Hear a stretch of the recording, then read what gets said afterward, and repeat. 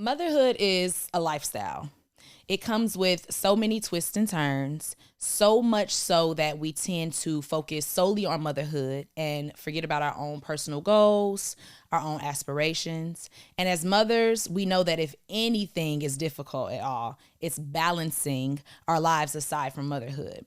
For many mommies, myself included, finding that equilibrium between nurturing your child, growing your business, pursuing your personal aspirations, nurturing yourself, all of this can feel like a juggling act. So, how do we tap into a new perspective? How do we create a routine that will allow us to not only satisfy our children and give them the happiness that they deserve, but in turn do the same for ourselves?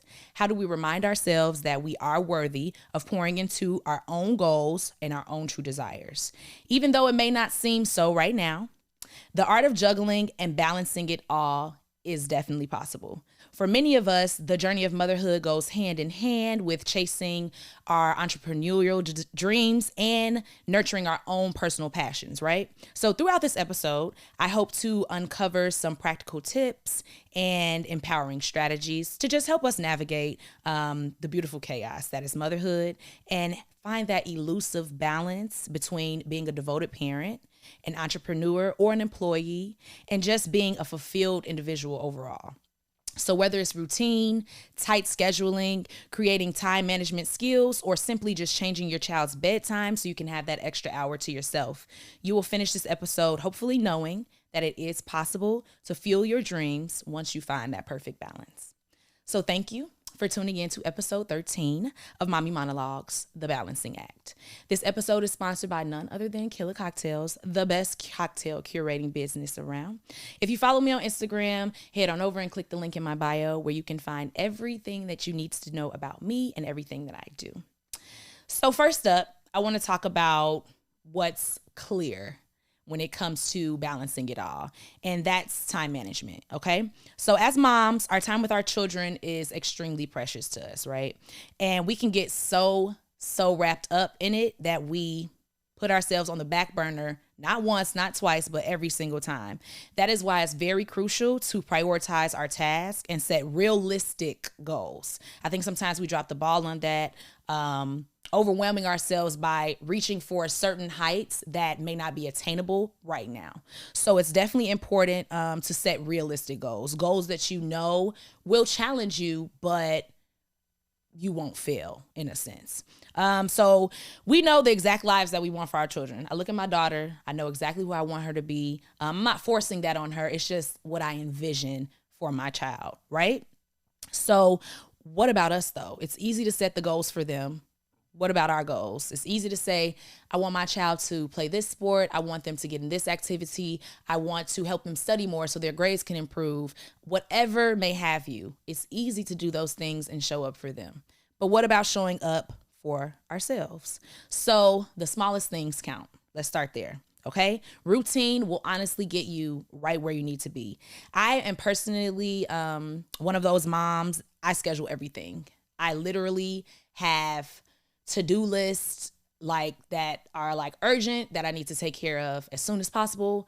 I have things that I need to do within the next week. And then I have things that need to be taken care of within the month. And then if you go to my calendar, I literally put everything in there. It doesn't matter. It could be a solo date. It could be whatever. I'm putting it in my calendar so that I can remind myself to show up for myself, right?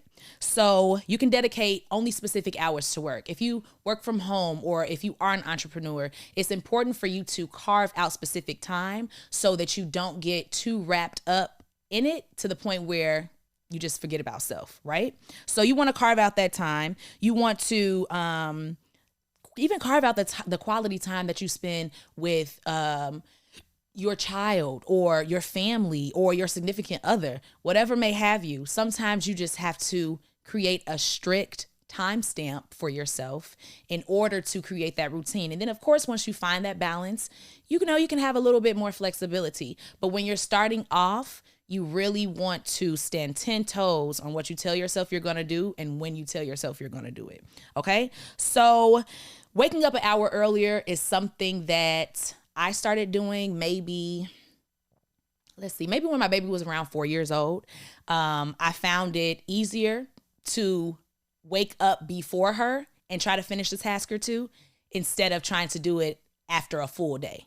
So that's definitely a habit that I picked up, and it has been working in tremendous ways. So if that's something that, you can do, I get it. When the day ends, the next day, we want our rest. We do. But like I'm talking about, pouring into ourselves is important, and that takes change. And it may be a change that feels weird at first, or you feel off, or you're honestly not really too excited to be waking up earlier.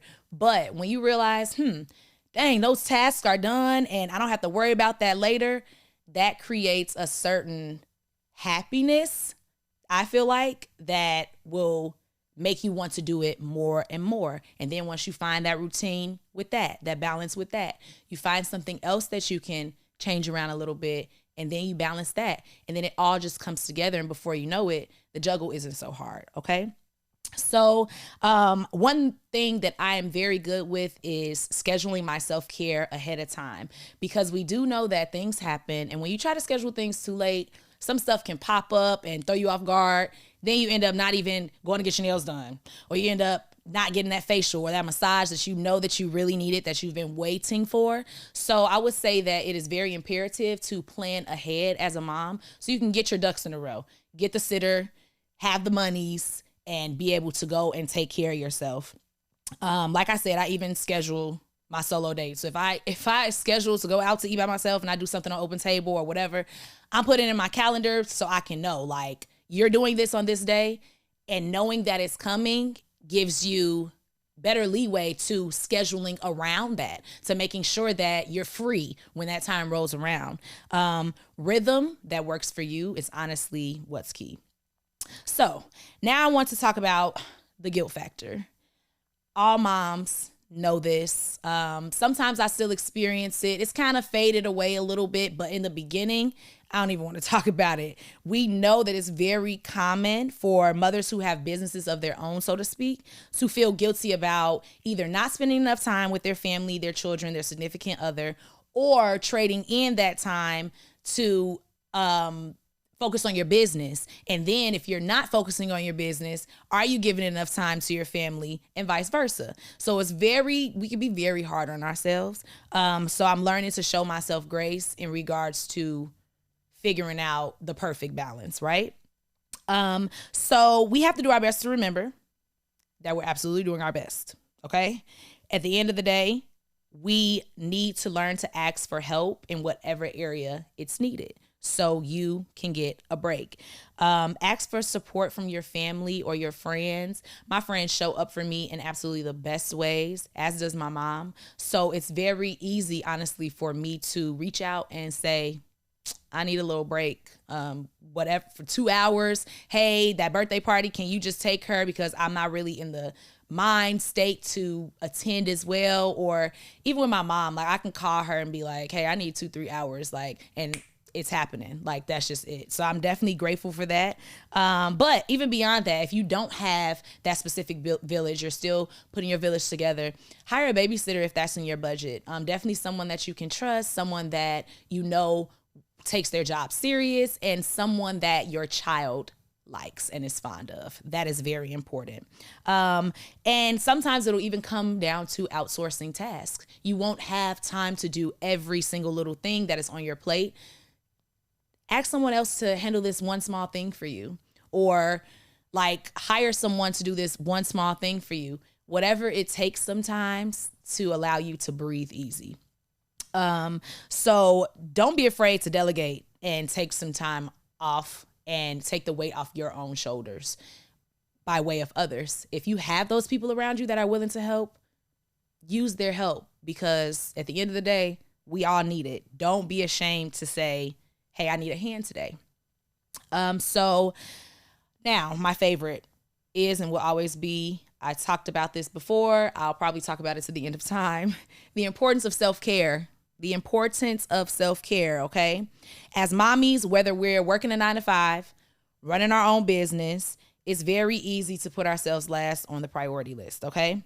Our babies require so much of our time and so much of our attention, but just remember, you cannot pour from an empty cup. If you're not feeling satisfied, if you're not feeling happy, if you're not in a mental headspace that you want to be in, there's no way that you can give your all to any situation, whatever it may be, but especially not your child, especially because it's very noticeable for them when our energy changes, when we're dwindling down, when we are a little short and a little irritated. They can see that. So that's why it's important to carve out that time for yourself. So when you do show up for them, it's the best version of you. Okay. So taking the time to recharge and indulge in activities that you actually enjoy. And self-care can literally be anything. I feel like people hear self-care and they automatically think it's stuff like getting your nails done or getting your hair done or, a massage. It can literally be something as simple as watching your favorite TV show and actually having the time to finish a whole episode. Or it could be having that glass of wine that you normally wouldn't be able to have because your child's ripping and running around and you can't even enjoy it. So it could be so many things that fall underneath the umbrella of self-care.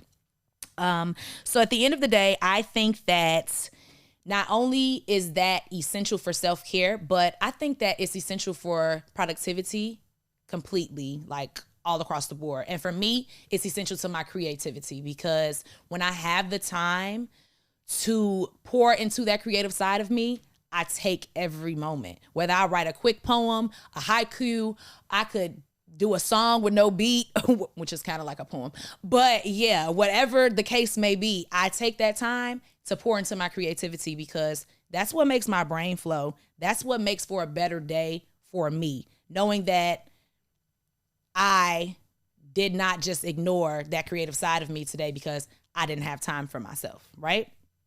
I've also learned that finding things that both my child and I can enjoy together has definitely been a form of self-care for me because it heals a deeper part of my soul knowing that we're bonding over something. And that's whatever the case may be. I remember when I used to take my baby to the park and I would just sit there and let her play. And I changed that. And now I play. Now I get on the swings. Now I'm my version of running around. And I'm just indulging and showing her that I'm involved, even if it's something as simple as sliding down the slide. Okay. So lastly, but of course not least, I want to touch on flexibility. So I kind of mentioned this a couple paragraphs ago, but being a mother and running a business, or even just being a mother and being an employee, but it's a job that you actually like and you do want to pour into and become better at, right? That comes with a certain adaptability. And you have to embrace the unexpected because one thing that we all know as moms, planning, routining, scheduling, it can only go so far. One mishap can knock off the entire thing.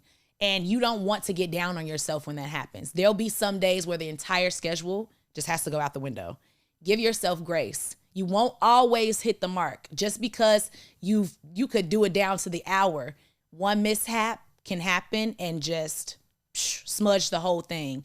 When stuff like that happens, you want to remember you've made it to this point. You don't want to highlight what you haven't accomplished because it doesn't take away from what you have. So you want to give yourself grace. You want to definitely be able to realize when something that you changed isn't working. And that's okay as well. You're not going to pick this thing and say, oh, this is automatically going to work just because I'm making it my routine. No, it may not work for you. You have to be able to see that, change it, and try again. Don't beat yourself up about it. Don't stress about it. Learn to go with the flow. Adjust your expectations. Realistic expectations, just like realistic goals. You don't want to challenge yourself to the point where you're constantly missing the mark, because that is definitely how you start to beat yourself down about what you're not doing. And now we're forgetting about all the things we have done. Celebrate the small victories. Celebrate the small victories. One of my biggest victories to this day will always be now getting my child in bed at 9:00. Like that for me is like, oh my God, I turn those rain sounds on.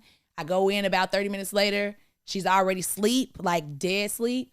I give myself a pat on the back every time because there was a point in time when my kid would be up to like 11, y'all. Like, and my baby has always gone to school. So a 3 and 4 year old being up till 11 o'clock and then you trying to drag them out the bed at 7:30 the next morning, it is not a pretty sight at all. So, and that came with structure. Getting her in bed, it didn't happen the first night just because I said, you know what? You're going to start going to bed at 9 o'clock tonight. Do you think she just went to bed at 9 o'clock that first night because I said that I wanted that to be my new routine? No, it took weeks, literally. It took weeks. And then it was so many times that I just wanted to say, you know what, forget it. Like, I'll try again next month. I'll try again when you're 4. I'll try again when you're 5. I didn't give up. She tried to argue me down. There was some tears. There was a lot of things that could have easily made me say, this is way more stressful than just letting you stay up at 11. But letting her stay up at 11 did not work with the routine that I wanted for myself the next day. I needed that extra couple of hours to myself at night, because if I'm letting you stay up at 11, it's not like you're just in the bed. No, you're running back and forth. You're asking me a million questions. I haven't had any time to myself. And now by the time I do get you to bed at 11, I'm ready to go to bed too. So now that 9 to 11, those 2 hours to myself have been nothing short of amazing, regardless of what I'm doing. Sometimes I'm not doing anything, and that is perfect for me. So you definitely want to remember that we won't be able to accomplish everything, but the things that we do accomplish are super, super important. They're way more important than the things that we didn't accomplish, honestly. So that brings me to today's Mommy's Mirror, okay? At the end of the day, I believe that being able to lock in with yourself and not only create a routine, but stick to the routine and follow the routine, that is a definitive reflection of how serious you take your own happiness. Without thought, effortlessly, we pour into our children, putting all of their needs before ours, and we never think twice. As we shall, don't get me wrong. That's definitely what we should do. But in that same breath, we need to recognize how important it is for us to feel good about the things that we're doing aside from motherhood. Even if you feel like motherhood is the best thing that you ever did, super relatable for me. And I've done a lot of great things, but this is my best job, my best opportunity at growth and at life that I'll probably ever experience. However, I'm still someone aside from motherhood. And it's important for me to take the time to recognize that.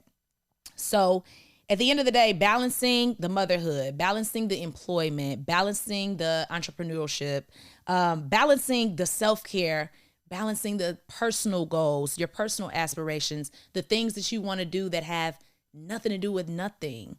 Like for me, like I'm so interested in getting into pottery, and I keep saying it. And I know that at some point, probably during this summer, I'm going to start taking classes, because that is something that makes me happy. Like doing things with my hands definitely makes me happy.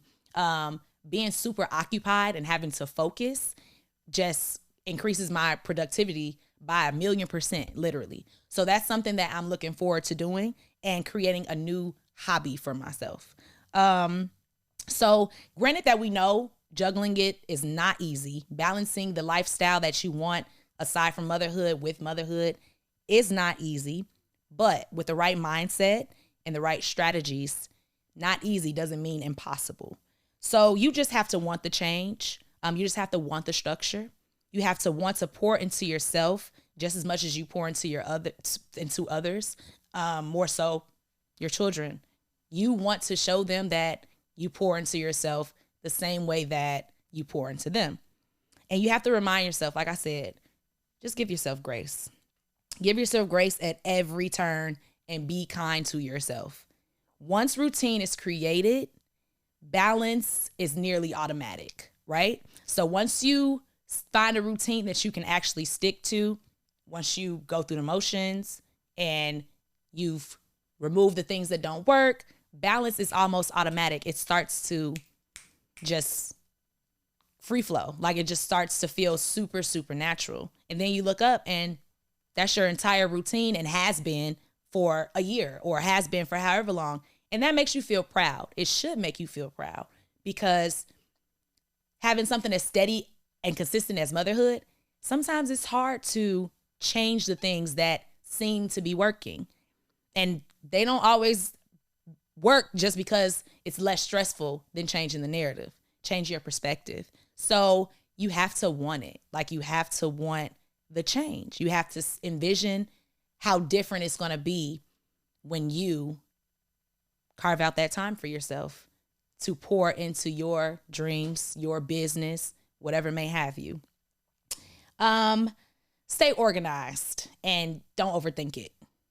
Like, I am honestly one of the most organized people that I know. And it helps me, like, it just helps my brain. Like, it really just helps me to know where things are. It helps me to teach my child, like, hey, organize your things like this, so every time you want something, you'll know exactly where to find it. Things like that. Like, organization, honestly, is definitely key. It's like a smaller version of routine. So you definitely want to stay organized. Don't overthink it. Don't beat yourself up about the pinnacles that you didn't reach. And just never lose sight of your goals. So even if it comes to a point where you will have to put it on the back burner for something super important, don't let that knock you off your square completely. Handle that and get back to what you envision for yourself. So before I go, I just want to say, motherhood is nothing short of a juggling act. And as mommies, we're literally the ringmasters of our own circus, okay? So it can feel like a tightrope trying to balance motherhood, entrepreneurship or employment, and personal dreams. But once we find our footing, we can accomplish it with an amazing flair and finesse. So I just say all of that to say happy balancing, and we got this. It may not seem like it right now, but trust me, after listening to this episode, if you choose to go ahead and write down some things that you can change, just small, intricate things to start that you can change that'll make your tomorrow better. And then you just move forward with that. You stand your ground. We're the parents, we're the moms. They'll try to argue us down because that's just what children do. But you definitely have to stand your ground. And it may seem like it's easier to just give in, but that's just right now. The changes that you can make to balance it all are so much better in the long run. And that's it. So as I always say, thank you all so much for tuning into Mommy Monologues. Those who can relate, please like, share, comment. And those who can't, please send it to someone who can. Thank you. See y'all next week. I gotta go be a mom.